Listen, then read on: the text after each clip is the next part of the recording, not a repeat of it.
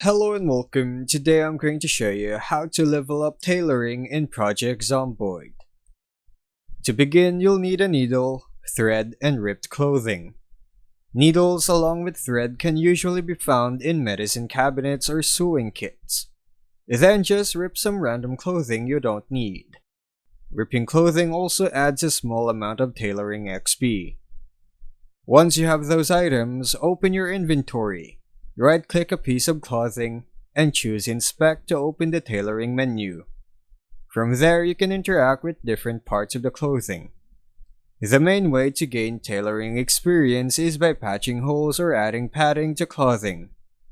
Inside the Inspect menu, right-click a body section of the clothing and choose Add Padding or Patch Hole if the item is damaged.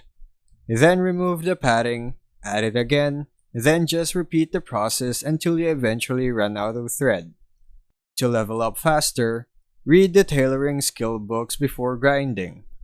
Each book gives an experience multiplier for specific level ranges, meaning every patch, repair, or ripped item will give significantly more XP. And that's how you level up tailoring in Project Zomboid. Thanks for watching.